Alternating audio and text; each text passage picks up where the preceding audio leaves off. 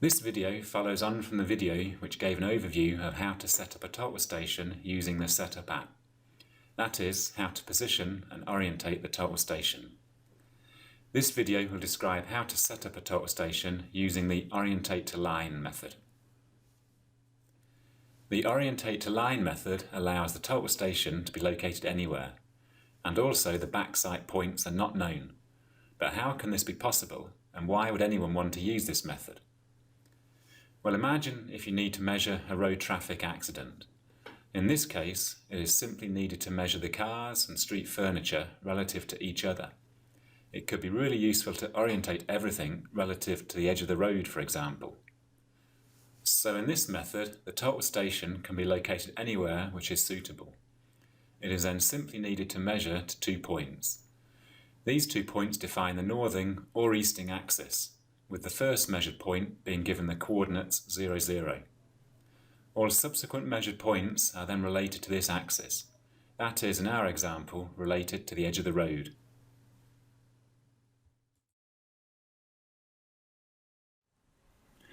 This method is normally used with a new and empty job. The reason is that the first point which is measured during the setup routine is given the coordinates of 0, 0. After making the new job, tap on the Setup app and choose the Orientate to Line method. Press OK and access the Setup Details panel. Here we need to enter the point ID for the setup. Once we have completed the setup, a point will be stored with this ID and the computed coordinates of the setup. We need to enter the instrument height and, if we wish, a point code. We press OK and access the Setup Height and Axis panel. Firstly, we need to define how the height of the setup should be defined. The options are to manually enter a value and then we need to type in the height, or compute the height on the measurement to the first backsite point, and then we need to enter the height of the first backsite point. We will choose to manually enter the height. We then need to choose if the 2 points we measure define the east or the north axis. We choose the easting axis and can press OK.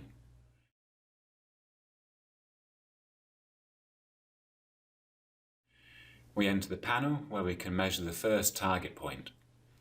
Remember, this point will be given the coordinates 0, 0.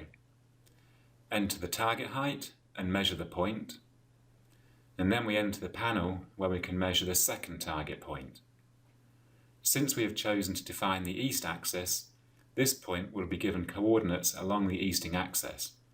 The easting value will be the distance between the 2 points and the northing will be 0. In the setup results, we can see the coordinates and orientation of the setup. On the Setup Page tab, the instrument height can be seen and re-entered if it had been forgotten or a mistake made earlier. The setup point can be given a point code if needed.